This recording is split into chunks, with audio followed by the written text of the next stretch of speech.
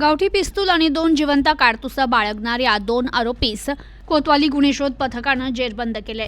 कोतवाली police ठाण्याचे police निरीक्षक संभाजी गायकवाड यांना गुप्त बातमीदारामार्फत माहिती मिळाली की एक इसम हा त्याच्या कमरेला काहीतरी शस्त्र लावून शहरातील आयुर्वेद हॉस्पिटल मागील अमरधामकडे जाणाऱ्या रोडवर काहीतरी गुन्हा करण्याच्या उद्देशाने फिरत आहे।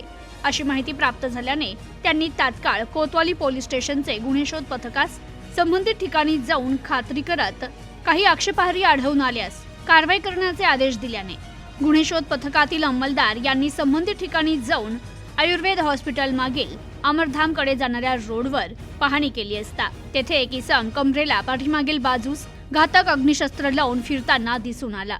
त्याला जागीच पकडून त्याची अंगझडती घेतली असता त्याच्या कमरेला खोसलेला एक 15,500 रुपये किमतीचा लोखंडी पिस्तूल, मॅगझिन गावठी बनावटीचा पिस्तूल आणि 2 जिवंत कारतुसे असे आरोपी अनिल गायकवाड याच्या जवळ मिळाल्याने त्याला ताब्यात घेण्यात आले।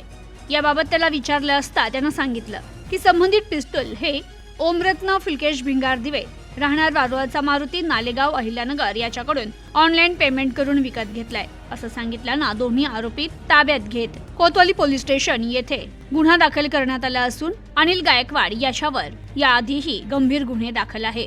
तर ही कारवाई अहिल्यानगर जिल्हा पोलीस अधीक्षक सोमनाथ घारगे, अपर पोलीस अधीक्षक वैभव कलुबर्मे, उपविभागीय पोलीस अधिकारी दिलीप टिपरसे यांच्या मार्गदर्शनाखाली कोतवाली पोलीस ठाण्याचे पोलीस निरीक्षक संभाजी गायकवाड आणि त्यांच्या पथकानं केली आहे।